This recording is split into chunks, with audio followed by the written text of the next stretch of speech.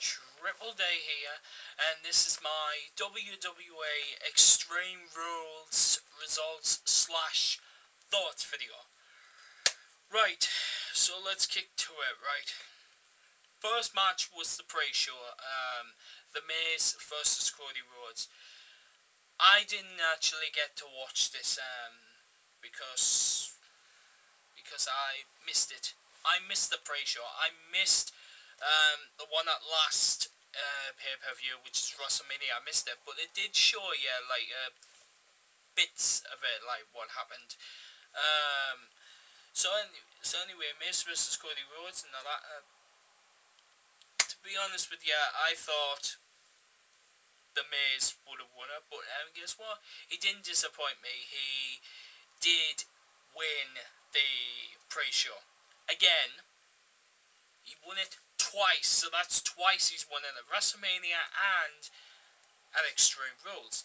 Let's hope he does it again. Let's hope he's in the pre-show again at the next pay-per-view, which is Payback, WWE's new pay-per-view. So yeah, Miz won that one, so well done, Miz. Next was Chris Jericho versus Fandango. Now, being that is a mirror because Fandango won at WrestleMania, which is great because that was his first WrestleMania, and he debuted. Well, that was his first pay-per-view debut, I think, and he was alright. He was not as cool, but Chris Jericho's like disappointment at WrestleMania, but changed at Extreme Rules because Chris Jericho won that match. He didn't disappoint me. I predicted that he was going to win, and he did win. He didn't disappoint. So, yep. So, well done to Chris Jericho. And that was an excellent match, I think. Well, yeah, that was an excellent match. Next, we had the US title, Kofi Kingston versus one member of the Shield, Dean Ambrose. Now, personally, ever since the Shield has came in, like, I hated them. I hate the Shield because they're just like the Nexus. You know, the old Nexus with Wade Barrett, but this team apparently is a lot more smarter than the Nexus. So it was a lot more smarter because they're thinking together. Like, it's pretty good. So anyway, my thoughts on that match were, I thought that Kofi Kingston was going to win. He was going to use the Trouble in Paradise and all that, but he missed it twice, and but still. So Dean Ambrose won the US title. So that was one title that was won by one of the members of the Shield. Next we had the I Quit match between Alberto Del Rio versus Jack Swagger. Now, the reason why, if many of you didn't watch SmackDown, neither did I, but if you only watched that pay-per-view, they told you. But if you didn't watch it, then here's a little quick reminder of what happened. There was I think it was a tag team match with Alberto Del Rio, with Jack Swagger, versus Dolph Ziggler and Big E Langston. And as soon as as soon as Dolph Ziggler was about to pick up this ladder or something that was in the middle of the ring, Jack Swagger kicked him into the head and gave him a concussion. That's why he couldn't compete at Extreme Rules for the World Heavyweight title and defend his World Heavyweight title. So it was an I Quit match between Alberto Del Rio and Jack Swagger. One person that I hated at that match was Zeb Coulter. Even though he's a patriot, I mean, like, respect to all the people who like want to fight to keep their country like what they what they have it and all that. Respect to them, but it's just that Zeb Coulter, like, the way that he explains it is, like, not really very, very, like, what you would expect. Anyway, I'm getting off topic here. So, yeah, the winner of that match was Alberto Del Rio, because the match was restarted, because senior referee Mikey Oda thought Alberto Del Rio quitted because he thought that his manager threw in the towel when he actually didn't. Zeb Coulter threw in the towel, and another referee came down, explained to him, and Mikey Oda saw the replay, and that's that. It was ended. Yep. Next we had the strap match between Sheamus and Mark Henry. Now honestly, I didn't even know what the strap match was. I mean, like, was it like a strap that you have to try and whack your opponent as many times as you can, and then they give up? No, this match was a leather strap is on your wrist. It's on each one's wrist, and they have to touch each corner of the ring. And when all their colours light up, they win the match. So, yep. All is that. Sheamus won because near the end of the match, he just kicked Mark Henry. Mark Henry was going to give him the world's strongest slam, and then it might have to be square one again, like where you have to touch all four corners.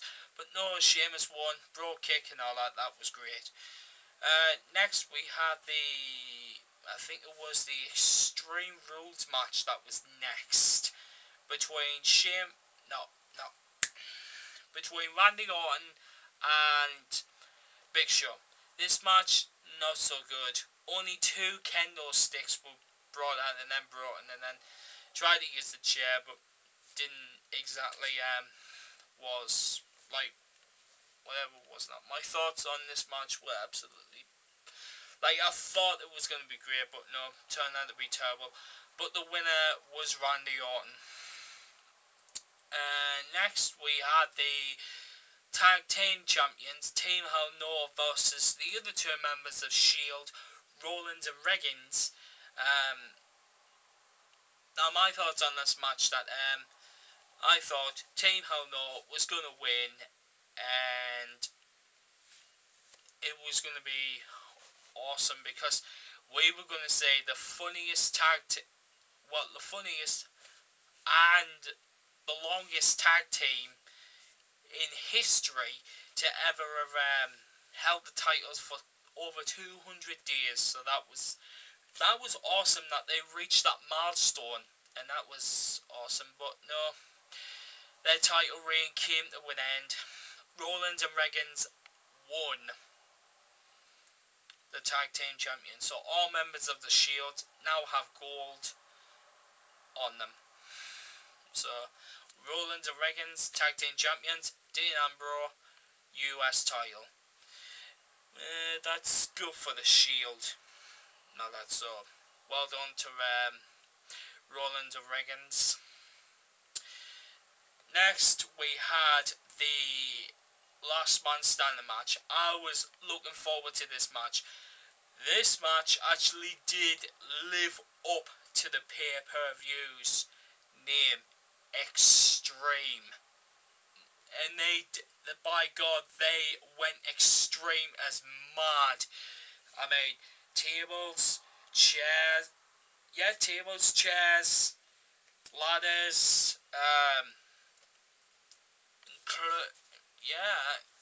everything that you will find as a weapon will be used in that match, and it was brilliant.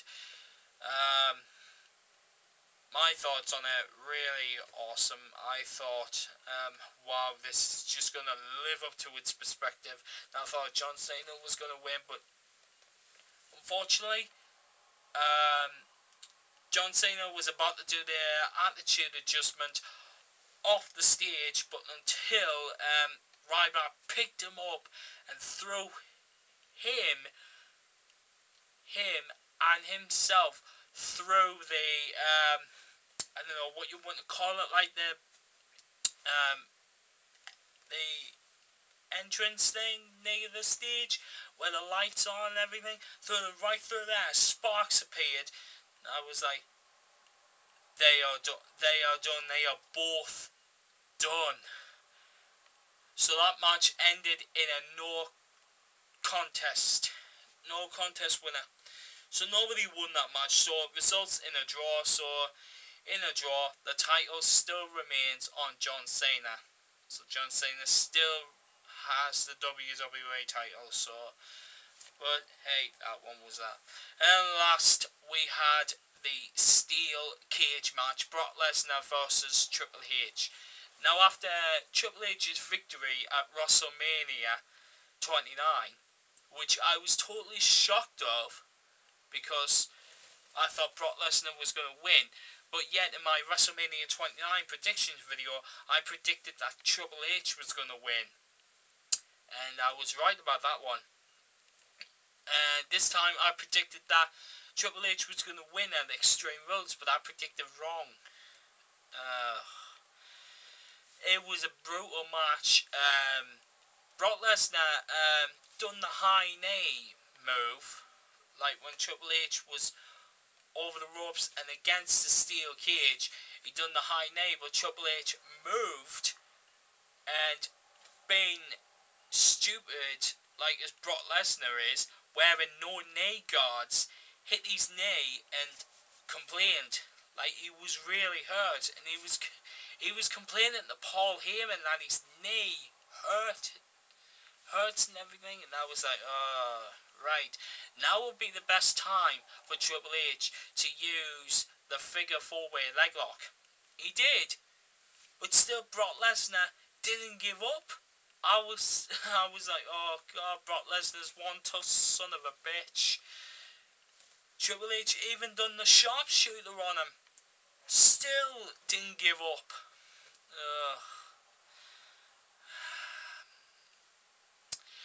But Paul Heyman, being Paul Heyman like as he usually is, got into the cage and then tried to interrupt him into that match. Yeah, but gave Triple H the low blow and everything. But Triple H had a secret weapon. He had a secret sledgehammer on top of the steel cage. He got that out, but that didn't help him. It helped Brock Lesnar, but it didn't help Triple H. And then Brock Lesnar, final finisher, done the F5 on him, pinned him, and then that's it. So Brock Lesnar won that match. So that means Brock Lesnar's up 2, and Triple H is only at 1. Because remember SummerSlam 2012. So yeah, congratulations to Brock Lesnar. Now I want to tell you, guys, I'm a little bit something about the actual pay-per-view itself. It was set in St. Louis, Missouri, which is a good place to host, which is a good state to host a pay-per-view, because it's hosted some pay-per-views there, which have been absolutely brilliant.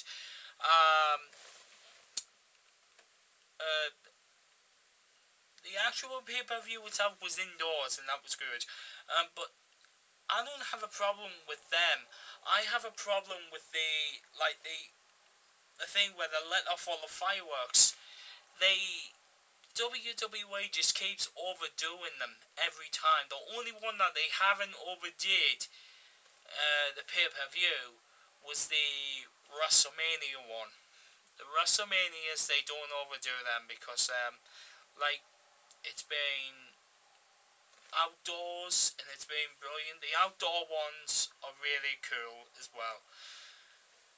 Very cool. But that's the only problem what I have. Why can't they just stick to what they have got and everything? But still. But that's just my thoughts. So, I've got a question to ask all of you.